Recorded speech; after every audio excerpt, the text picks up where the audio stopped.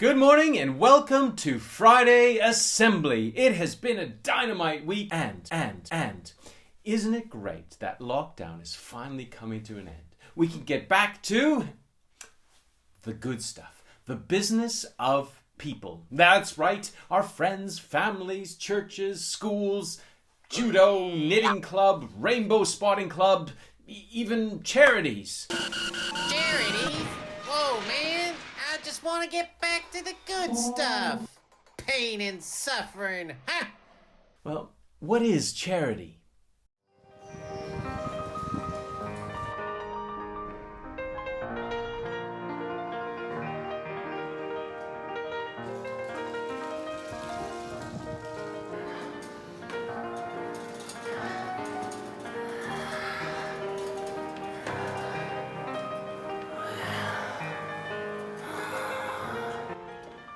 Please, sir.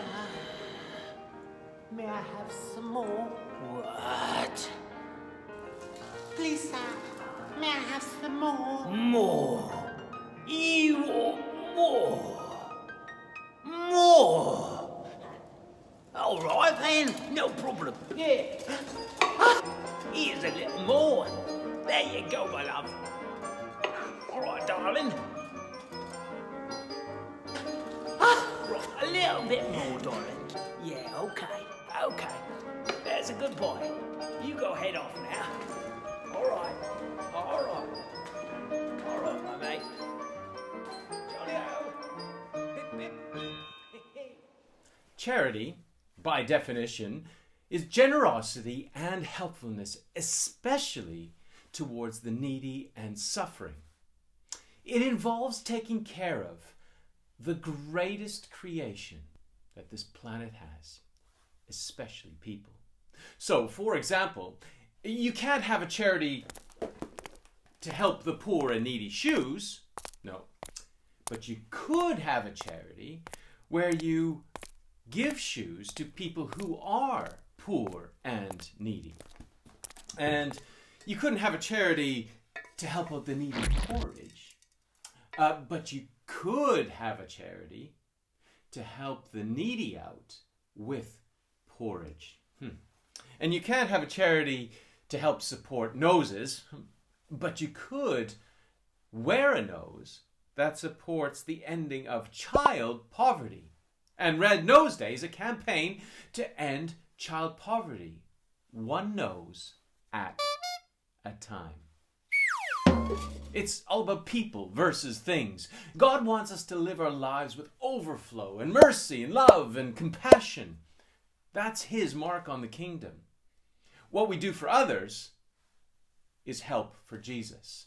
In the poorest, we find Him. Somehow, in reaching them, we reach Him too, because every person is loved and His treasure. Here is a brief history of charity. Until the 18th century, charity was mainly given through religious groups and a kind of act from the rich. Christianity, Judaism, and Islam have always had charitable aspects, and giving has been an important part of Hinduism, Buddhism, and Sikhism.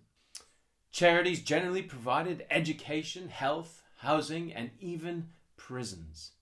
Almshouses, special houses for the poor and elderly. Hello, Sonny. Were created throughout Europe in the early Middle Ages. King Athelstan of England reigned from 924 to 939, founded the first recorded almshouse in York in the 10th century.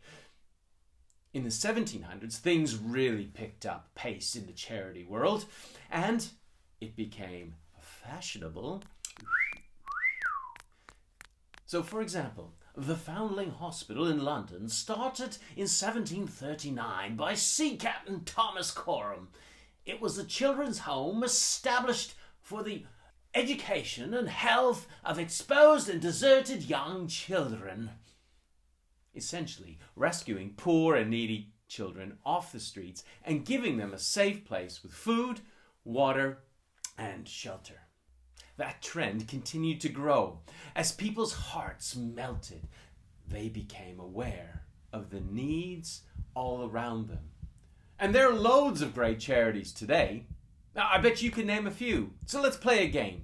How many charities can you name? I'll pop up the logo and you have a guess. At the end, we'll reveal the answers.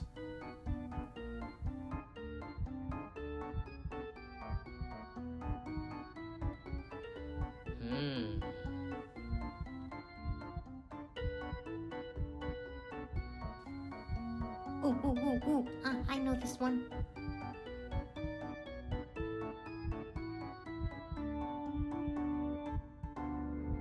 Go on, take a guess. Here are the answers. So, number one. Number one was Oxfam. Number two was Children in Need. 3, Cancer Research UK. 4, Great Ormond Street Hospital. 5 was WWF, or the Worldwide Fund for Nature. 6, Save the Children. 7, Shelter. 8, the British Heart Foundation. Anyone can do it, and you're never too young to start. It's about having the eyes to see the needs all around you. So I drop you this challenge. Can you do one thing to offer charity? That's generosity and helpfulness, especially towards the needy or suffering, this coming week. There are 2 steps, really. Number 1, observe around you and ask God to show you someone in need. Then number 2, practically do something.